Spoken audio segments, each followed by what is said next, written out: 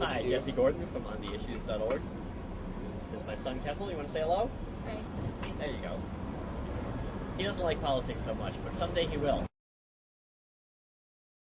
So, OnTheIssues.org is meant to fill a gap in the news business that when we look at newspapers and all we really see them reporting on the presidential race is all about the horse race, which means who's in the lead this week, who's in the lead in New Hampshire, who's in the lead in Iowa, who's in the lead in money raising, who's in the lead in news coverage and things like that.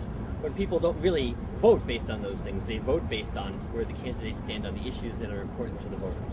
So our purpose is to report where the candidates stand on the issues at a time when voters can actually make use of it.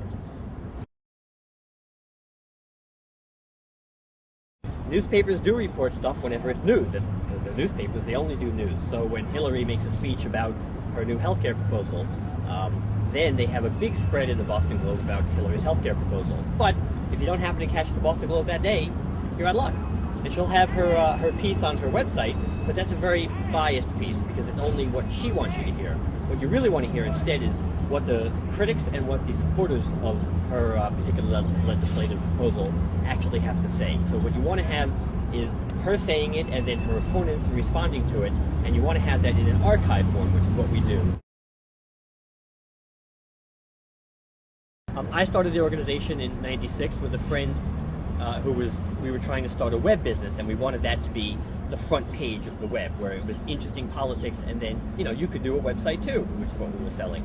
That's the one that didn't work. The internet was really a little too young then. The candidates didn't have websites then, and we had to get all information on paper instead of electronically. And there weren't very many viewers then either, so it didn't really pick up until 2000. We did the same idea in 2000 because we saw the same problems with newspapers and with TV coverage in particular. And in 2000, every presidential candidate had their own website. That was also the dot-com boom, you might recall from our brief history of the internet boom. And we were part of that dot-com revolution too. We had a very big staff in 2000. When the dot-com revolution ended, in the middle of the 2000 election campaign, we went nonprofit, and we've been nonprofit ever since. So now we run primarily by volunteers and collect the same sort of information, but we got our roots in the dot-com revolution. We started covering the Senate then. We expanded after that to cover the House and the gubernatorial races as well. I'd say that anyone who wants to get involved, it's easiest to get involved at the local level because the people will talk to you.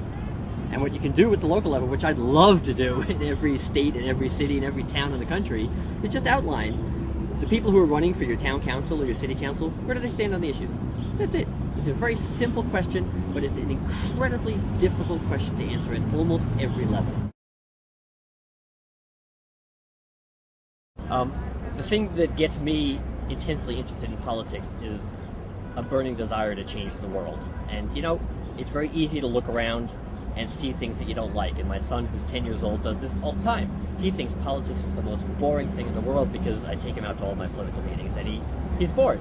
But when he sees something he doesn't like in the world, he's really into having specialized license plates. And he says, how come we can't have a picture of Massachusetts in the middle of license plates like all these other states do, like Maine does and New Hampshire does? And I said, well, you can change that. The way you change that is politics. That's the only way that you can change things in society to be better, and the only way that you as an individual can actually mount up enough of a voice to get things done.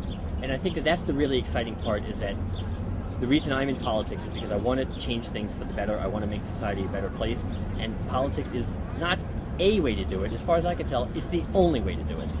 So that's what got me into it. That's what got me into the website. That's what keeps me involved with politics, and I hope everyone else joins it too.